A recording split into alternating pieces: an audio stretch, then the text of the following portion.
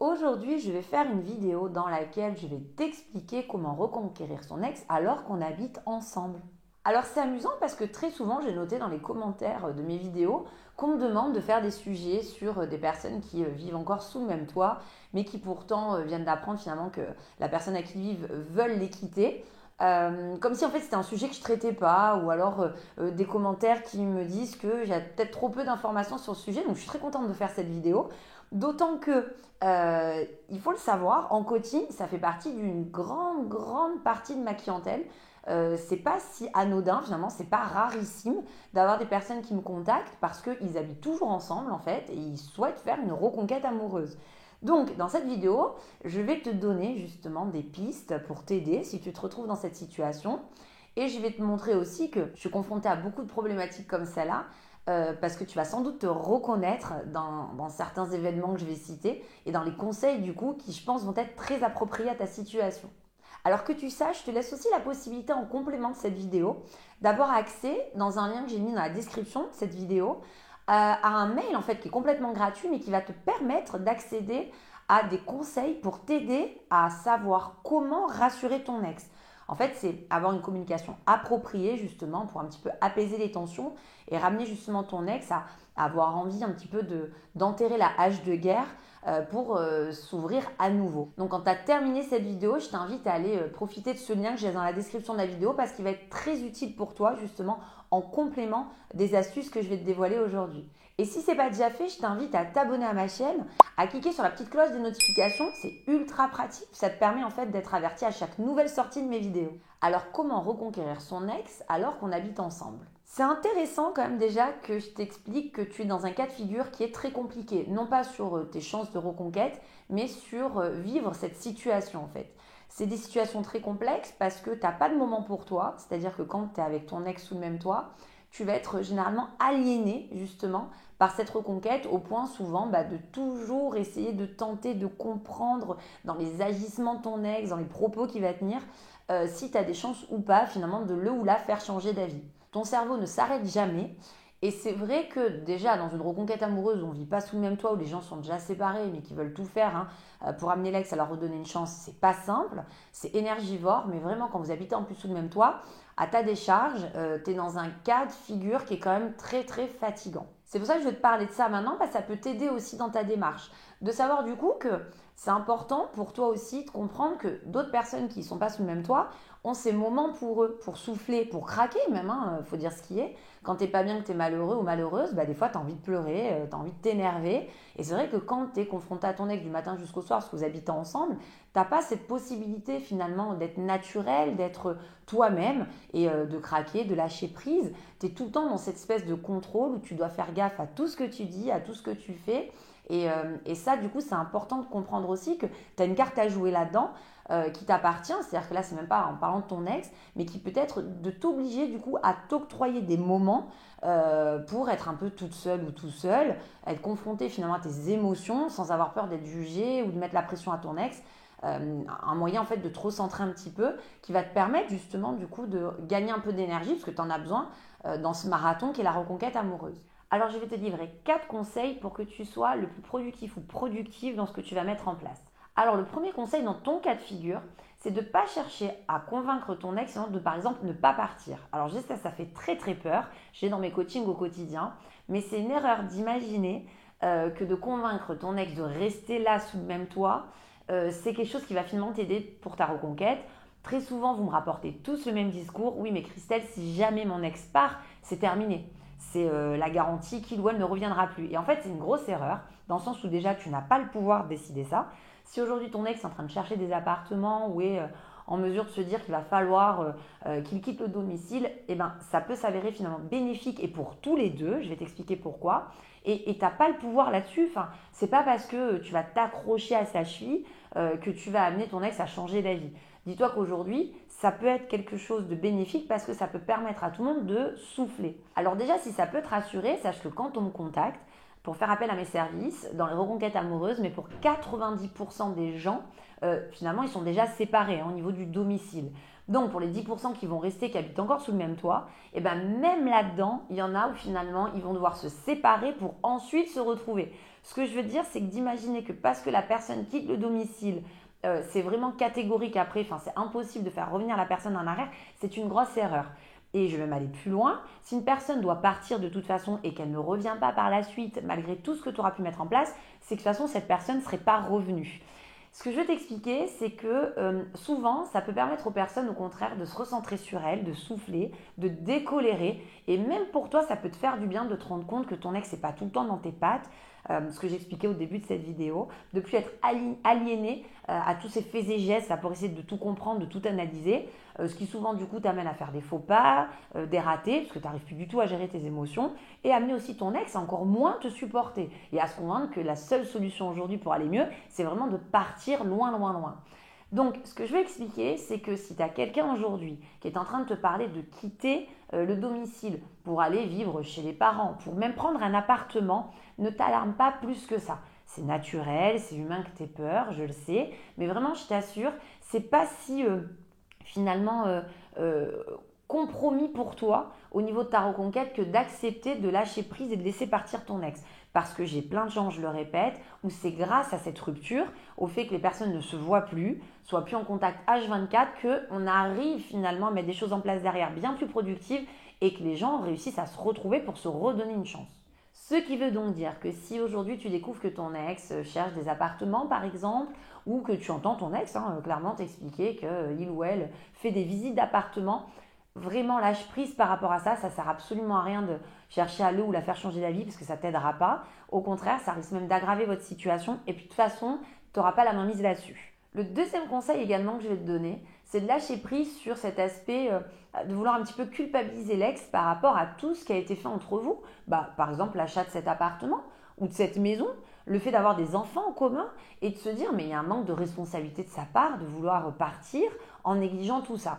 J'entends souvent dans mes coachings des coachés qui vont me dire mais je comprends pas, elle est complètement irresponsable, elle réalise le mal pour nos enfants. On est en train de terminer un crédit maison, il y en a même carrément où il n'y a plus de crédit maison depuis un moment ou appartement.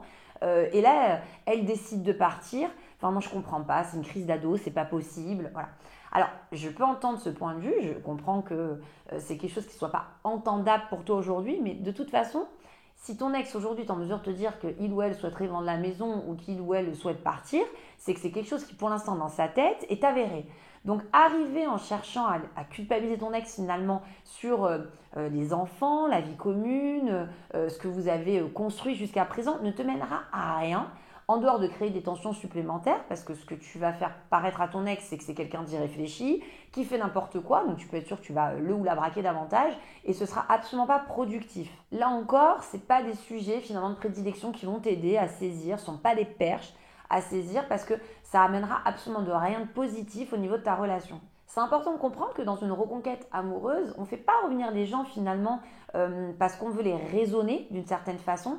On fait revenir les gens parce qu'ils nous aiment, ils se rendent compte qu'ils font une erreur, qu'il y a encore des sentiments et qu'ils ont envie finalement de sauver leur relation.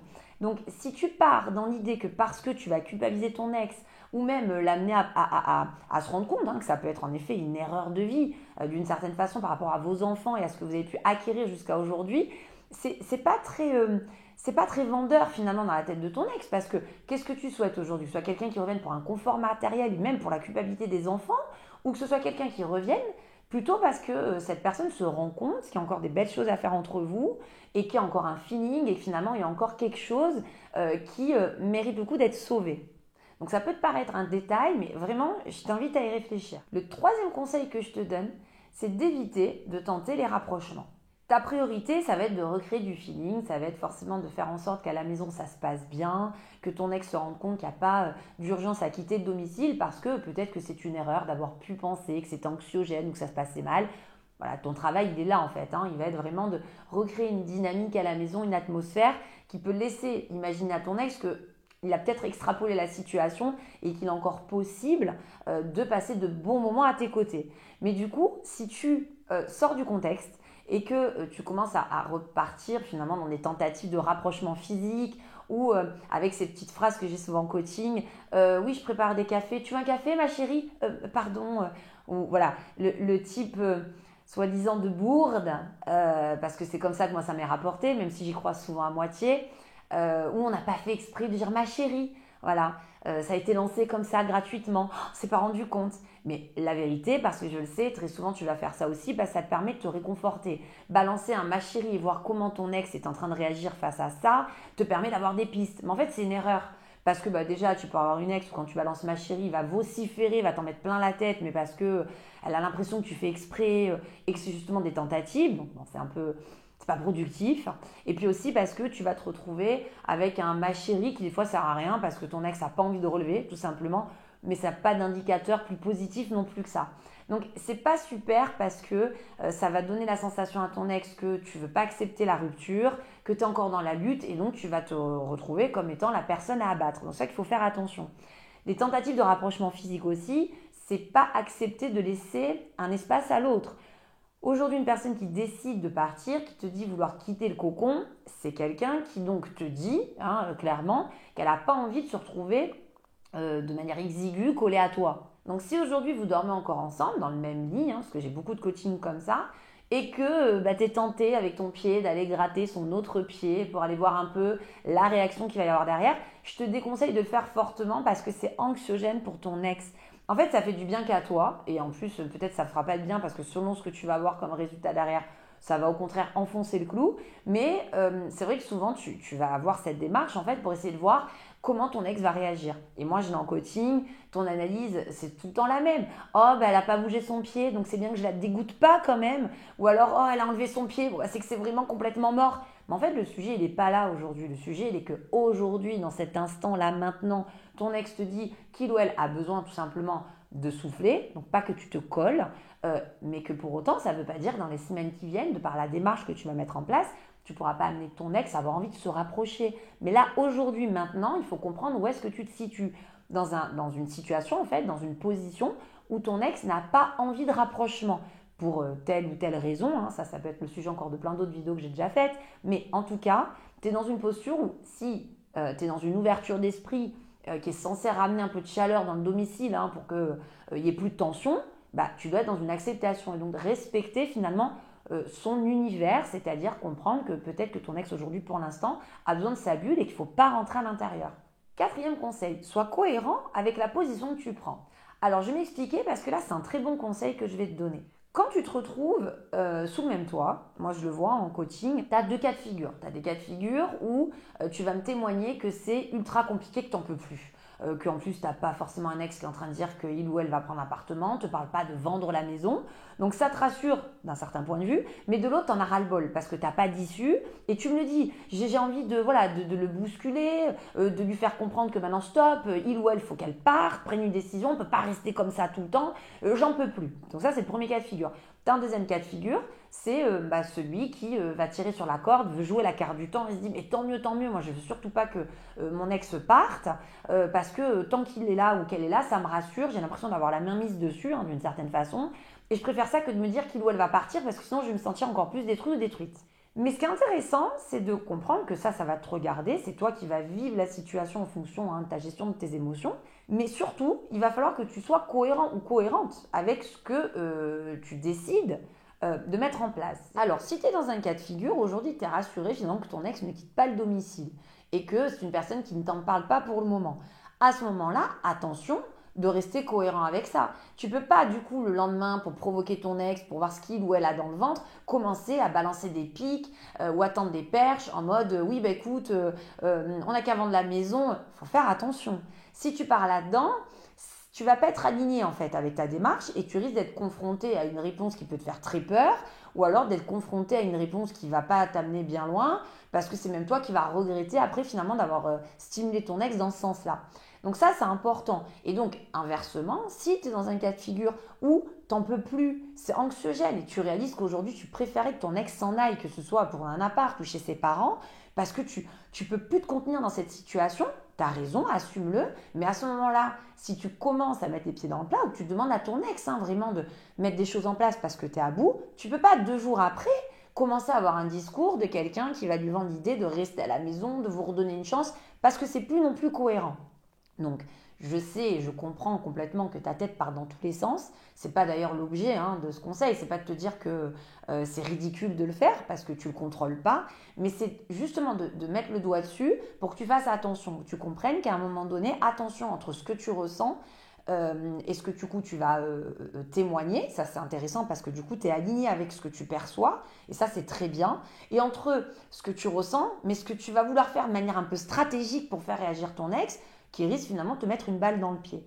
Donc ce conseil, c'est vraiment de te dire de prendre un peu de recul, d'essayer de retrouver un petit peu de tête froide pour t'assurer finalement d'être bien aligné dans ce que tu vas mettre en place avec ton ex. Alors rassure-toi, comme c'est beaucoup demandé, je vais faire plein d'autres vidéos maintenant sur ce sujet, les personnes vivant sous le même toit, parce qu'il y en a beaucoup, donc ça vaut le coup d'en parler vraiment. Il y a du contenu à faire.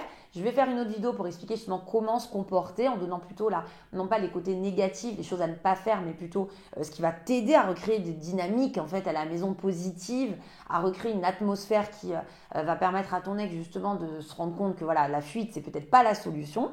Je te rappelle que tu peux accéder en cliquant dans un lien que j'ai laissé dans la description de cette vidéo à un mail dans lequel je vais te donner justement des conseils sur comment rassurer ton ex, c'est-à-dire avoir un discours qui va peut-être plus enrober ton ex plutôt que de le mettre sur la défensive. Donc profites-en, c'est complètement gratuit, c'est franchement utile et surtout complémentaire avec ce type de vidéo. Je t'invite à liker cette vidéo si le contenu te plaît, c'est le petit like d'encouragement. À t'abonner à la chaîne si ce n'est pas déjà fait, à cliquer sur la cloche des notifications si tu veux être averti de chaque nouvelle sortie de mes vidéos. Et en attendant, je te dis à très bientôt.